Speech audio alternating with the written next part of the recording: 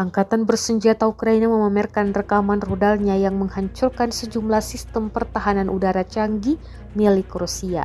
Rekamannya beredar di media sosial X pada Kamis, 27 Juni 2024. Sistem pertahanan udara hancur usai kena gempuran dahsyat Ukraina. Dalam keterangan unggahan disebutkan, Ukraina sukses menghancurkan kompilasi sistem pertahanan udara PUK Rusia M1, M2, dan M3. Bahkan Ukraina mengejek Rusia bahwa itu adalah tumpukan rubel bernilai rendah yang ada di Rusia. Satu persatu sistem pertahanan udara di garis depan disikat. Aksi ini dilakukan Ukraina gegara murka serangan non-stop Rusia yang juga banyak rugikan militernya. Rekamannya pun menuai berbagai komentar dari warganet.